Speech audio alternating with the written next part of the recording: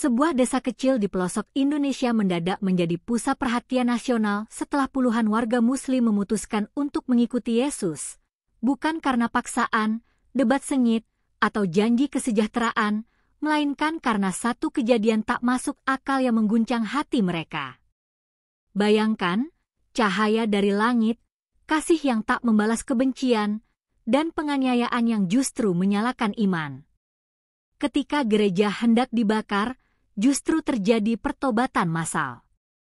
Ketika seorang pendeta diancam mati, justru para pelaku bertobat dan bersujud. Apa yang sebenarnya terjadi di Sukamurni? Kisah ini bukan hanya tentang pindah agama, tapi tentang kebangkitan kasih di tempat yang paling gelap. Apakah kamu siap menyaksikan bagaimana terang menaklukkan kebencian? Kabut tipis menyelimuti desa Sukamurni setiap pagi, menciptakan suasana hening dan misterius yang seolah menyimpan banyak cerita. Desa kecil di lereng gunung itu mayoritas dihuni oleh umat Muslim yang taat dan menjunjung tinggi tradisi leluhur. Masjid tua di tengah desa menjadi pusat kegiatan masyarakat, dari pengajian, musyawarah RT, hingga tempat berbagi hasil panen. Suasana damai itu mulai terasa berbeda ketika seorang pendeta baru, Matius, datang menetap dan membuka kembali sebuah gereja kecil yang selama bertahun-tahun terbengkalai. Pendeta Matius bukanlah orang sembarangan. Ia dikenal di kota sebagai sosok yang ramah, tegas, dan berani turun langsung membantu warga tanpa memandang agama. Namun, di desa yang homogen seperti Sukamurni, kehadirannya dianggap asing. Banyak warga memandang sinis meski tidak terang-terangan menunjukkan penolakan. Bahkan, beberapa tokoh masyarakat mengadakan pertemuan tertutup untuk membahas ancaman terselubung dari bangkitnya kembali gereja tua itu. Renovasi gereja yang dilakukan pendeta Matius dan tim kecilnya menjadi sorotan utama. Cat putih yang semula kusam kini diganti dengan warna krem terang. Lonceng yang sudah berkarat kini terdengar nyaring setiap hari Minggu. Hal ini memicu keresahan beberapa warga, terutama Ustaz Fahri, tokoh agama paling disegani di desa. Ia khawatir umatnya akan terkontaminasi oleh ajaran luar dan mulai memperingatkan warga untuk menjauh dari gereja dan aktivitasnya. Namun, justru di balik peringatan itu, muncul ketertarikan terselubung. Beberapa anak muda mulai mendekati gereja karena penasaran dengan kegiatan sosial yang diadakan, seperti kelas bahasa Inggris gratis, pelatihan komputer, dan pembagian sembako.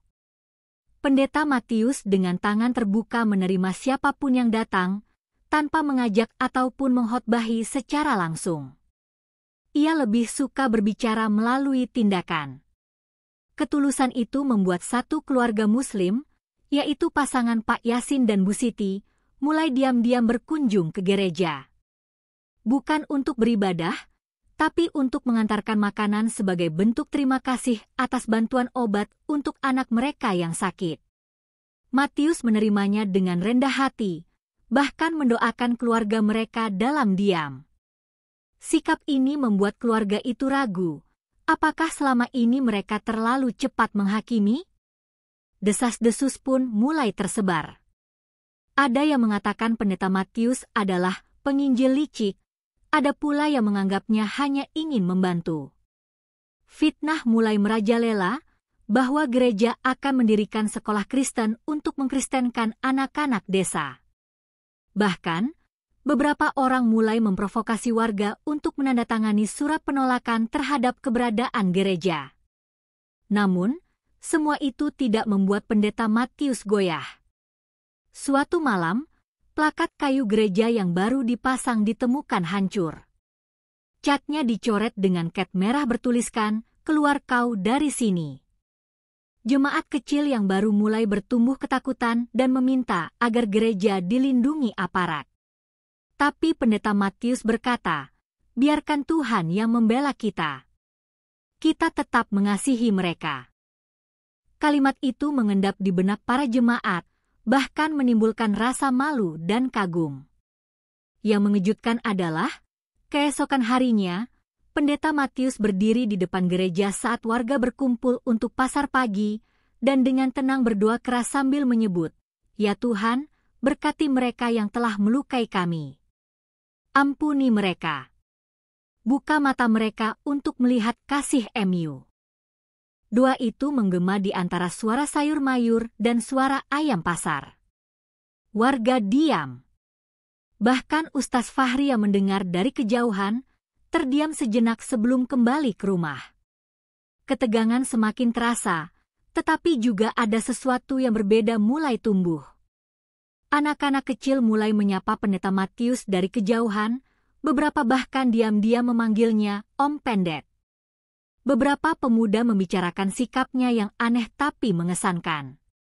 Dan di balik kabut yang biasa turun setiap pagi, ada sesuatu yang perlahan-lahan bangkit, sesuatu yang tidak bisa dijelaskan hanya dengan kata-kata, benih pertobatan. Namun belum ada yang tahu bahwa kejadian besar yang akan mengubah wajah desa ini selamanya sedang mendekat. Dan saat kabut berikutnya turun, bukan hanya kesejukan udara yang menyelimuti Sukamurni, tapi juga bisikan roh yang sedang bekerja secara diam-diam di antara hati yang rapuh dan jiwa yang mencari terang.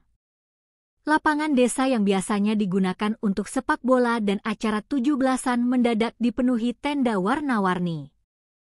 Hari itu, Kepala Desa Sukamurni menginisiasi acara lintas umat bertajuk Silaturahmi Damai, sebuah upaya menyatukan warga setelah ketegangan yang semakin terasa. Semua tokoh agama diundang, dari Ustaz Fahri, pemimpin ormas lokal, hingga Pendeta Matius yang baru saja menyelesaikan renovasi gerejanya. Suasana sempat canggung, terutama ketika dua pemimpin itu diminta duduk berdampingan di kursi kehormatan. Pendeta Matius tersenyum tenang, mengangguk hormat ke arah Ustaz Fahri, tapi tak dibalas. Warga memperhatikan dari kejauhan, membicarakan dalam bisik-bisik. Anak-anak sibuk berlarian, para ibu mengantre makanan gratis, sementara pemuda-pemudi mengurus panggung hiburan. Acara berlangsung meriah. Namun, ketegangan antara dua kubu terlihat jelas dari gerak-gerik para pengikut mereka. Beberapa remaja masjid memilih berdiri di pojok lapangan sambil mengawasi, seolah menanti sesuatu yang salah. Puncak acara adalah pertunjukan budaya dan pembagian hadiah lomba. Saat itulah, kejadian tak terduga terjadi. Seorang anak laki-laki berusia sekitar 8 tahun tiba-tiba kejang dan jatuh di tengah lapangan. Ibunya menjerit, ayahnya berlari dari pinggir kerumunan.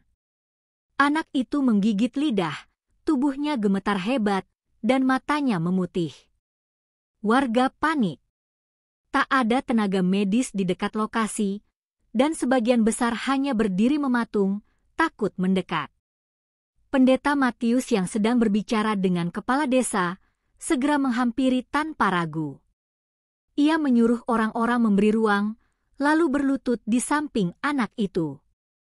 Ia meletakkan tangannya di atas kepala anak itu dan mulai berdoa pelan, suaranya tenang namun terdengar jelas di tengah keheningan yang tiba-tiba menyelimuti kerumunan.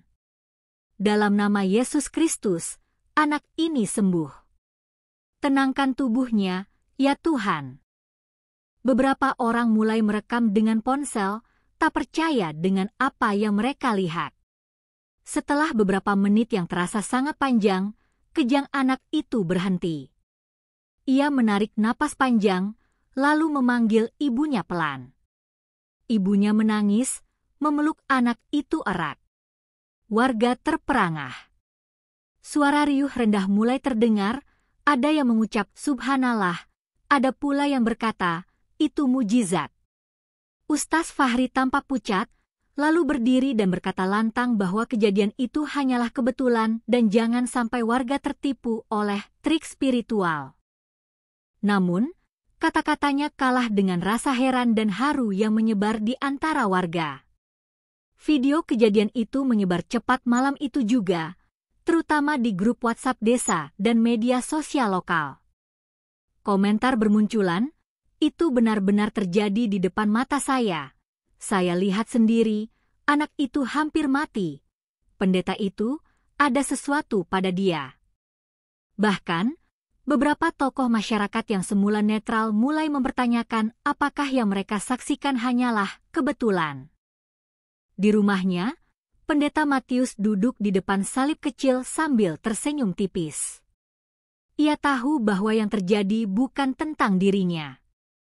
Ia berdoa bukan untuk membuat pertunjukan, tapi karena hatinya tak tahan melihat anak itu menderita. Ia juga tahu badai berikutnya akan datang, karena mujizat tak hanya membangkitkan iman, tapi juga kecaman. Tapi malam itu, ia merasakan sesuatu yang belum pernah ia rasakan sejak datang ke desa itu, harapan yang mulai bertunas. Sementara itu, di rumah Ustaz Fahri, ketegangan terasa. Ia merasa pengaruhnya terguncang. Ia mengajak beberapa tokoh ormas untuk merancang pendekatan lebih keras agar umat tidak terjerumus. Namun, dalam hatinya ada kegelisahan. Ia tak bisa menghapus dari pikirannya pandangan anak itu saat bangun dan tersenyum, seolah baru saja disentuh oleh kekuatan yang tak bisa ia lawan dengan dalil. Hari-hari berikutnya, beberapa warga mulai mendekat ke gereja, bukan untuk pindah keyakinan, tapi untuk bertanya. Mereka ingin tahu siapa Yesus yang didoakan pendeta itu. Dan walau belum ada yang berani terang-terangan menunjukkan perubahan, langkah kaki kecil itu telah memulai perjalanan rohani panjang yang akan mengguncang akar keimanan satu desa. 2 malam setelah kejadian di lapangan desa, ketenangan Sukamurni berubah menjadi kecemasan sunyi. Rumah Pendeta Matius dilempari batu oleh orang tak dikenal sekitar pukul 2 dini hari. Jendela depan pecah, dan seekor ayam mati dilempar ke halaman, lehernya digorok dengan darah masih menetes. Jemaat yang tinggal di sekitar gereja mendengar suara motor yang kabur kencang, tapi tak sempat mengenali pelakunya. Pendeta Matius keluar rumah dengan tenang, mengumpulkan pecahan kaca sambil terus menyanyikan lagu pujian lirih. Keesokan harinya, ia tak melapor ke polisi. Biarkan terang Tuhan menyinari kegelapan, katanya kepada salah satu jemaat yang cemas. Namun para tetangga, bahkan yang bukan Kristen, mulai gelisah. Mereka melihat sendiri bahwa Matius tak pernah membalas keburukan dengan amarah. Anak-anak yang biasa bermain di halaman gereja mulai takut datang. Beberapa ibu yang biasa membantu pelayanan sosial menghindar. Teror itu memang tidak hanya merusak properti, tapi juga menyusup ke dalam hati yang sebelumnya mulai terbuka. Ustaz Fahri mengelak saat ada yang menuduh bahwa ormasnya terlibat. Jangan mudah suzon, katanya di masjid. Tapi sorot matanya tidak setenang biasanya. Ia mulai kehilangan pijakan di antara warga yang dulu memujanya. Bahkan beberapa pengikut setianya mulai bertanya-tanya dalam hati, kalau dia memang benar, kenapa harus takut dengan pendeta itu? Pertanyaan-pertanyaan itu membentuk celah, dan celah itu pelan-pelan meruntuhkan tembok yang selama ini tak tergoyahkan. Malam berikutnya, Sukamurni kembali diguncang. Kali ini bukan karena serangan fisik, melainkan oleh suara-suara aneh di langit. Sekitar jam 12 malam, suara seperti tiupan sangkakala terdengar selama 2 menit penuh. Suaranya panjang, melengking, dan menggema hingga ke perbukitan.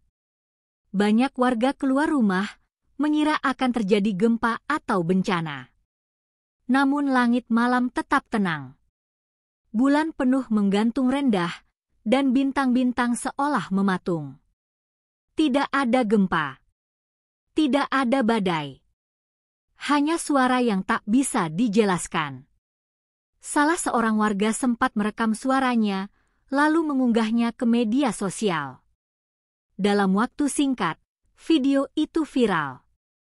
Komentar bermunculan, ada yang menyebut itu fenomena alam, ada yang menyebut tanda kiamat, dan tak sedikit yang berkata, mungkin Tuhan sedang bicara lewat langit. Pendeta Matius sendiri, saat ditanya, hanya berkata pelan, kalau itu suara Tuhan, maka Dia sedang mengetuk pintu hati kita. Keesokan paginya, puluhan warga berkumpul di pelataran gereja, bukan untuk ikut ibadah, tapi untuk mendengar penjelasan. Mereka ingin tahu mengapa suara itu muncul setelah 2 malam teror, dan apa yang dimaksud Matius tentang Tuhan mengetuk.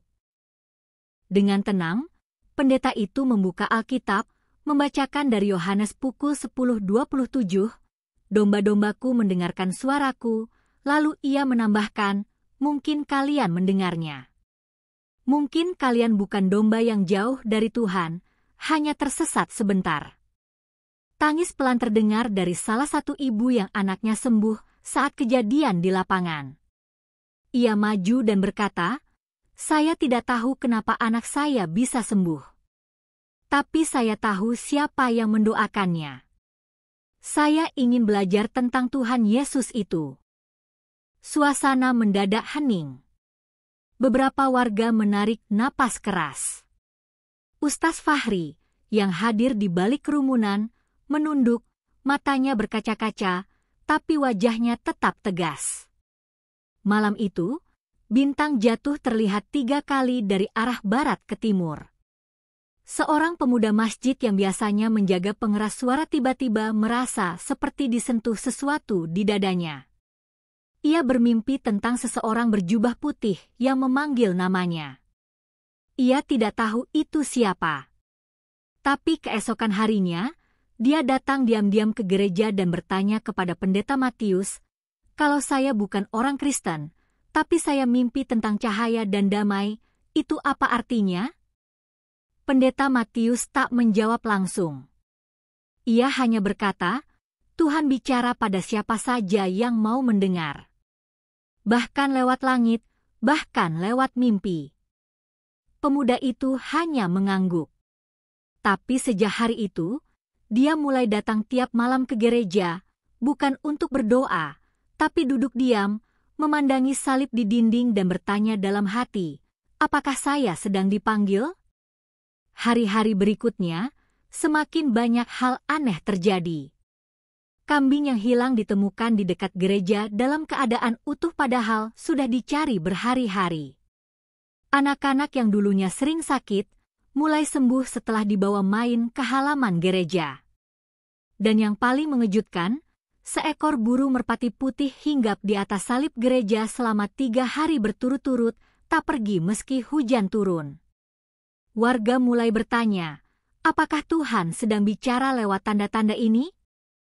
Hari Minggu pagi itu berbeda dari biasanya. Jemaat kecil gereja Sukamurni, yang biasanya hanya belasan orang, mendadak bertambah 3 kali lipat. Warga yang selama ini hanya mengintip dari kejauhan, kini duduk di bangku kayu, menunduk diam, tak tahu apakah mereka sedang melanggar batas tak tertulis di desa mereka. Di barisan paling belakang, Ibu Siti, wanita yang anaknya sembuh dari kejang, duduk memeluk anaknya. Di sebelahnya, Pak Yasin, sang suami, tampak gugup namun tenang. Tak satu pun dari mereka mengucap sepatah kata, tapi semua orang tahu, ini langkah besar. Pendeta Matius berdiri di mimbar kayu yang sederhana, mengenakan jubah putih yang sudah mulai usang. Ia membuka Alkitab dan membaca dari Kisah Para Rasul. Bukan dengan nada menggurui, tapi dengan suara lembut, seolah membisikkan pengharapan ke dalam ruang yang selama ini dipenuhi ketegangan. Tuhan tak datang untuk memaksa, katanya. Dia mengetuk, siapa yang mau membukakan pintu, akan Dia masuki. Tak ada sorak-sorai. Tak ada tepuk tangan. Hanya keheningan dan air mata yang mulai mengalir di beberapa pipi. Setelah ibadah selesai, Ibu Siti berdiri. Ia menatap seluruh ruangan, lalu berkata, "Saya tidak tahu bagaimana menjelaskan ini, tapi saat saya melihat anak saya sehat kembali, saya merasa Tuhan benar-benar hidup. Saya tidak tahu banyak tentang Yesus, tapi saya mau belajar. Kalau boleh, saya dan suami ingin dibaptis." Suasana gereja seolah membeku. Beberapa warga membelalakkan mata. Yang lain terisak pelan. Ini pertama kalinya seorang warga Muslim menyatakan keinginannya untuk mengikuti Yesus di depan umum. Pak Yasin maju dan memeluk istrinya. Ia berkata dengan suara serak, "Saya kepala keluarga. Saya tak mau sembunyi-sembunyi lagi. Kalau ini jalan kebenaran, maka biarlah saya mati di jalan ini. Kami siap menanggung akibatnya." Kata-katanya seperti ledakan sunyi yang merobek langit Sukamurni. Beberapa warga berdiri, menangis. Beberapa lainnya keluar dari gereja tanpa berkata apa-apa. Tapi ada juga yang menyusul ke depan, berdiri di sisi pasangan itu, lalu berkata, "Kami juga mau mengenal Yesus." Pendeta Matius memeluk mereka satu persatu, tak bisa menahan tangisnya sendiri. "Ini bukan karena saya," katanya lirih. "Ini karena Tuhan sendiri yang datang ke tengah kalian." Ia tak mengira momen itu akan datang begitu cepat. Tapi ia tahu, ini baru awal. Di balik pertobatan, akan datang penolakan. Dan di balik terang, kegelapan tak akan tinggal diam. Tapi ia tidak gentar. Karena satu jiwa kembali kepada Tuhan lebih berharga dari 1000 dinding tembok yang tumbang. Berita itu menyebar seperti api dalam sekam. Di masjid, Ustaz Fahri berdiri di depan mimbar dengan wajah tegang. Ia berkata bahwa apa yang terjadi adalah hasil dari sihir rohani dan bahwa umat Islam di desa ini sedang diuji. Ia mengimbau semua warga untuk tidak terpengaruh dan bahkan memberi peringatan keras kepada siapapun yang bermain dua kaki. Tapi di luar masjid, bisik-bisik sudah berubah. Orang-orang mulai membicarakan kisah kesembuhan, suara dari langit, dan burung merpati disalib. Beberapa remaja masjid yang dulu ikut merusak papan gereja kini datang diam-diam untuk bertanya kepada pendeta Matius. Mereka tidak datang sebagai pencari masalah, tapi sebagai jiwa-jiwa bingung yang haus jawaban. Salah satu dari mereka berkata, "Saya gak ngerti semuanya, tapi waktu saya dengar ibu itu ngomong, saya ngerasa kayak ada yang nyentuh dada saya. Apa itu Roh Kudus?" Matius hanya tersenyum. "Kalau kamu merasa dijamah, jangan tutup pintunya. Tuhan sedang bekerja."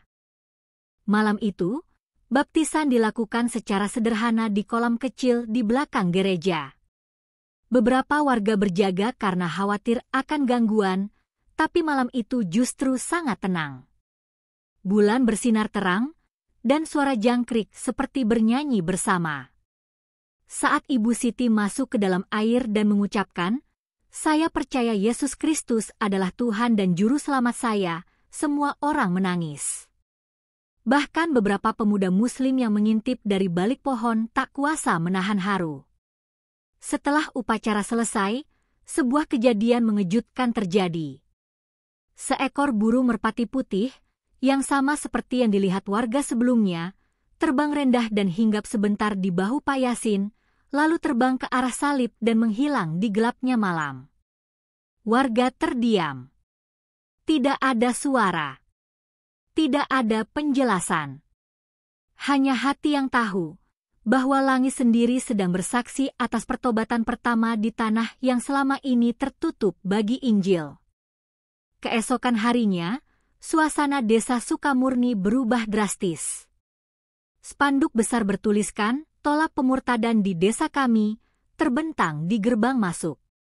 Beberapa pemuda berbaju seragam ormas menjaga dengan tangan bersilang di dada, wajah tegang, dan pandangan mencurigai siapapun yang melintas ke arah gereja. Suara pengeras dari masjid memutar ceramah keras dari luar desa. Nada-nada yang menegaskan bahaya, penyesatan iman, menggema sampai ke rumah-rumah penduduk. Ketegangan merambat cepat, seperti api yang menyambar ilalang kering. Ustaz Fahri tidak lagi hanya berdiri di balik mimbar. Ia kini turun langsung, mengetuk pintu-pintu warga, menekan tokoh RT dan RW agar mendata siapa saja yang terpapar. Beberapa kepala keluarga yang anak-anaknya terlihat dekat gereja dipanggil, ditegur, bahkan diancam. Pak Yasin dan Ibu Siti dijadikan contoh buruk dalam setiap ceramah Jumat. Namun, mereka tetap diam. Setiap pagi, mereka membersihkan halaman gereja bersama Pendeta Matius, lalu duduk membaca Alkitab di bawah pohon mangga. Tak satu pun dari mereka menyampaikan perlawanan. Tapi keheningan itu justru menohok. Pada suatu sore, sekitar 20 orang berseragam ormas mendatangi halaman gereja. Mereka berteriak, melemparkan telur busuk, dan memaksa masuk. "Tutup tempat ini. Kalian bikin kekacauan iman," salah satu dari mereka berteriak sambil mengacungkan tongkat. Tapi sebelum mereka sempat merangsek ke dalam, sejumlah warga, yang dulu Muslim taat namun kini masih bergumul dalam pencarian iman, berdiri di depan pagar. "Jangan sentuh rumah Tuhan," kata seorang pemuda, matanya menatap tajam. "Kami tidak akan biarkan kalian ganggu." Konfrontasi itu berlangsung lebih dari 1 jam. Polisi desa datang, tapi hanya berdiri bingung, takut memihak. Pendeta Matius akhirnya keluar, mengenakan jubah putihnya, dan berdiri di depan mereka semua. Ia mengangkat tangan, dan berkata dengan suara tenang namun menggema, "Kami tidak membalas kebencian dengan kemarahan. Tapi ketahuilah, Injil tidak bisa dibungkam oleh ancaman." Kalimat itu seperti palu yang menghantam batu, bukan untuk menghancurkan, tapi untuk membentuk. Beberapa orang ormas mendadak mundur. Tatapan Matius seolah menembus dada mereka. Ustaz Fahri, yang memimpin dari belakang, melangkah maju. "Kau membawa kekacauan ke tanah ini," katanya tajam. "Kau memecah belah umat kami." Tapi Pendeta Matius menjawab perlahan, "Saya tidak membawa apa-apa. Yang membawa perubahan adalah Tuhan sendiri. Saya hanya hamba yang menyaksikannya bekerja." Suasana semakin menegang. Beberapa orang sudah mengepalkan tangan. Tapi tiba-tiba langit mendung, dan kilat menyambar tak jauh dari situ. Hujan turun deras seketika. Orang-orang bubar, berlarian menyelamatkan diri. Spanduk rusak. Pengeras suara mati. Yang tersisa hanyalah suara air yang menghantam tanah dan orang-orang yang menggigil basah. Pendeta Matius dan para jemaatnya tetap berdiri di tempat, membiarkan hujan membasahi mereka. Di tengah derasnya hujan, Pak Yasin berseru, "Kami tidak akan mundur. Kami tidak akan takut. Kristus adalah terang kami." Suara itu menggema, tidak hanya ke langit, tapi ke dalam hati mereka yang selama ini ragu. Beberapa hari setelah kejadian itu, video konfrontasi menyebar. Tapi alih-alih menimbulkan kemarahan, banyak netizen yang memuji ketenangan Pendeta Matius. "Kalau ini yang disebut pemurtadan, kenapa yang marah justru tak punya damai?" komentar seorang pengguna. Warga dari desa tetangga mulai berdatangan, bukan untuk menyerang, tapi ingin tahu lebih banyak. Mereka penasaran, kenapa ada orang yang tak takut meski diancam? Kenapa ada keluarga yang rela dikucilkan demi sesuatu yang tak kelihatan? Di balik itu semua, Ustaz Fahri mulai goyah. Malam-malamnya gelisah. Ia tidak lagi bisa tidur nyenyak. Dalam mimpinya, ia melihat dirinya sendiri berdiri di tanah kering, memegang Al-Quran, tapi dari langit turun cahaya putih menyilaukan yang menutup matanya. Suara dari cahaya itu berkata, "Mengapa kau menendang duri?" Ia bangun dengan peluh dingin, jantung berdebar, dan tak bisa menjelaskan apa arti mimpi itu. Tapi hatinya tak bisa mengabaikan, sesuatu sedang berperang di dalam dirinya. Konflik belum berakhir. Tapi gelombang pertobatan mulai meluas. Anak-anak muda yang dulunya keras mulai datang diam-diam ke gereja pada malam hari, bertanya soal kasih dan pengampunan. Bahkan seorang mantan preman ormas yang pernah memaki Matius kini ikut membantu bersih-bersih halaman gereja, diam-diam meninggalkan atribut lamanya. Pendeta Matius tahu, badai belum berlalu, tapi ladang sedang dituai. Dan jiwa-jiwa itu, satu persatu, sedang dibawa oleh tangan Tuhan. Hanya 2 minggu setelah pertobatan pertama, suasana Sukamurni memanas ke titik didih. Rumah Pak Yasin dibakar pada malam hari oleh orang tak dikenal. Untungnya, keluarga itu berhasil keluar lebih dulu karena mencium bau bensin dari jendela.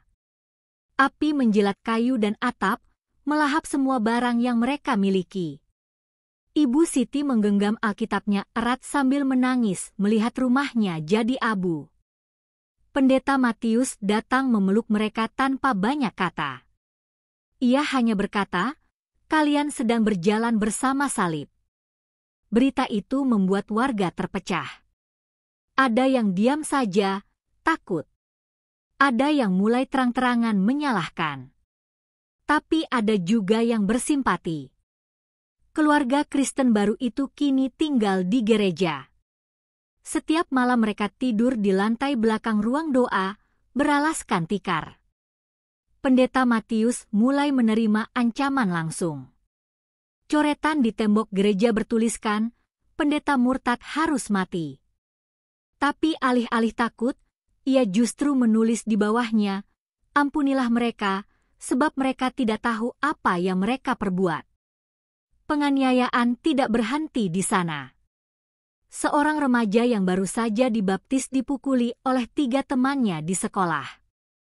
Ia tidak membalas, hanya menutupi wajahnya sambil berkata, "Tuhan Yesus, ampunilah mereka." Guru yang tahu kejadian itu diam, takut ikut diserang. Tapi saat remaja itu duduk di kelas esok harinya dengan wajah lebam, ia tetap senyum dan mengerjakan tugas. Teman-temannya mulai gelisah. Bagaimana mungkin anak itu tidak marah? Apa yang membuatnya kuat? Di pasar, Ibu Siti kini dijauhi oleh para pedagang. Tak ada yang mau menjual sayur padanya.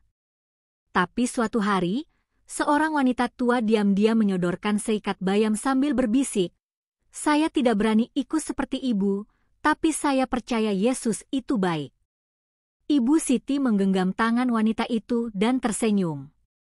"Tak perlu takut, Bu. Dia tahu isi hati kita."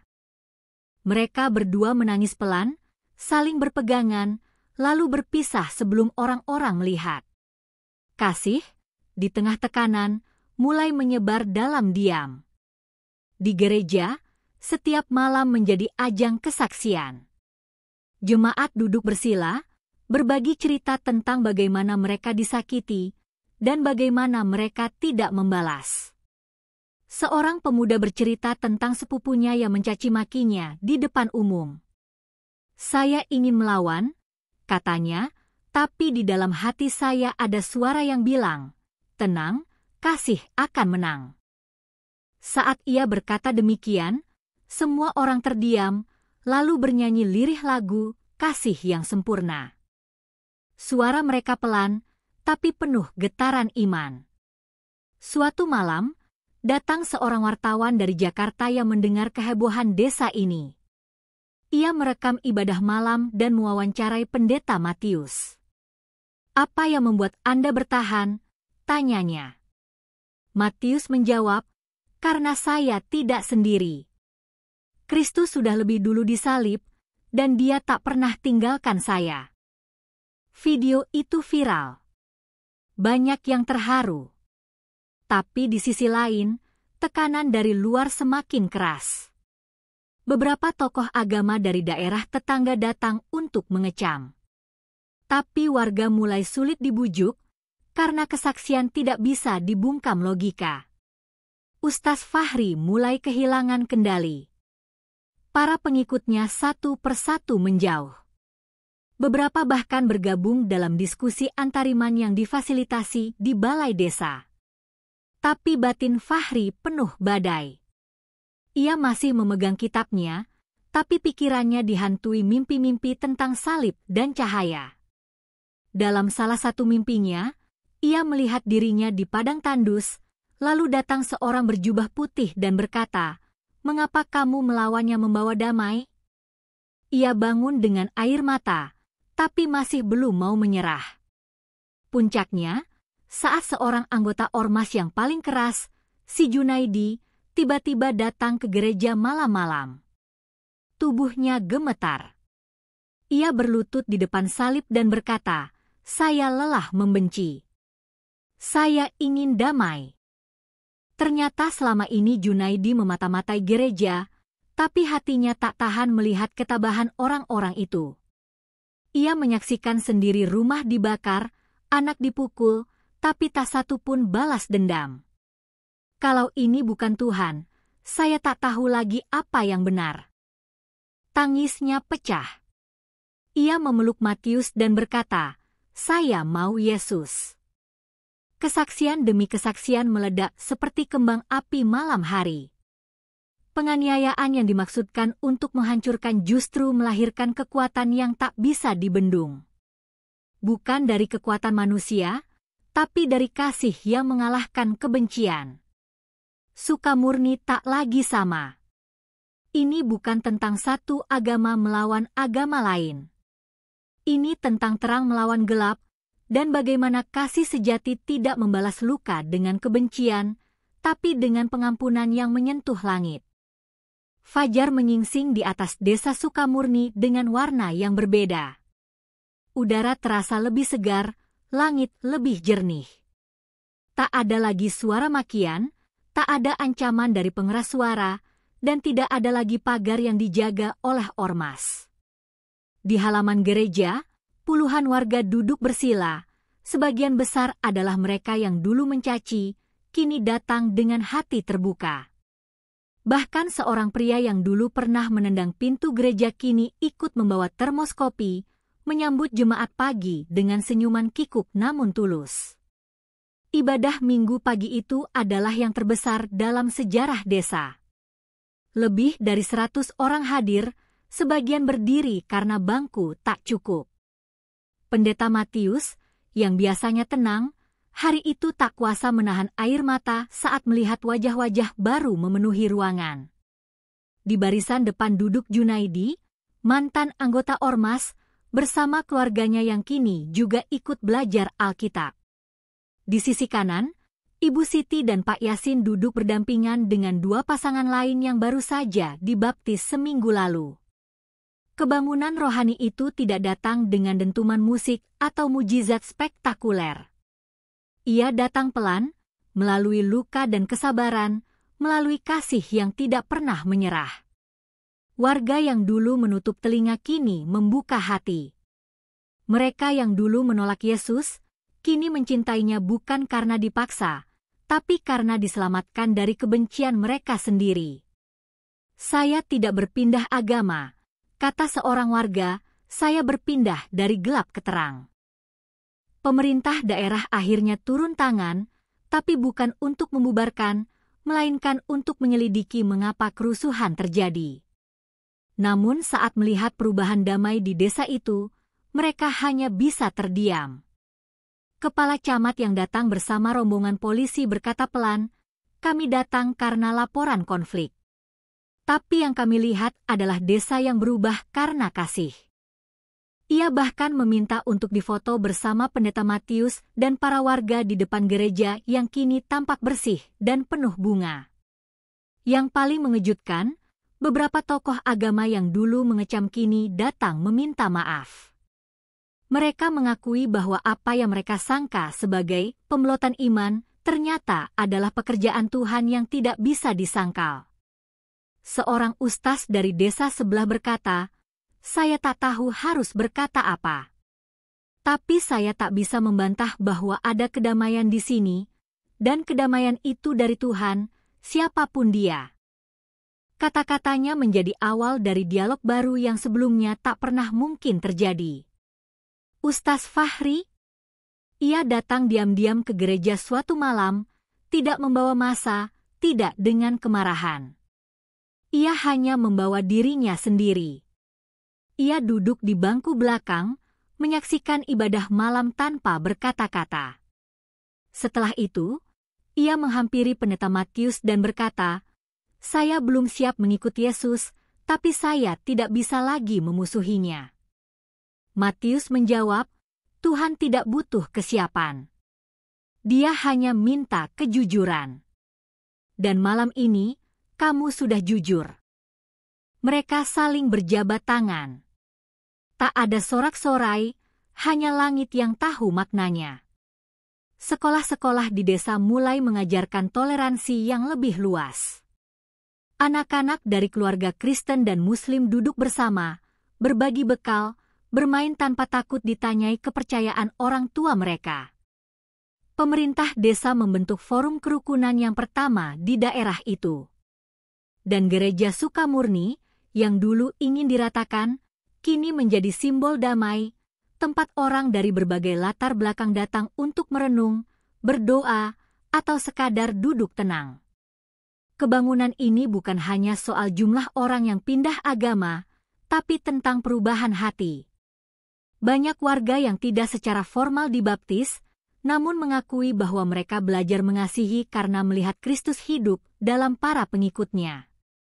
Beberapa bahkan tetap beragama Islam secara administratif, tapi menyimpan salinan Injil di laci rumah, membacanya diam-diam, dan mendoakan anak-anak mereka agar jadi manusia penuh kasih.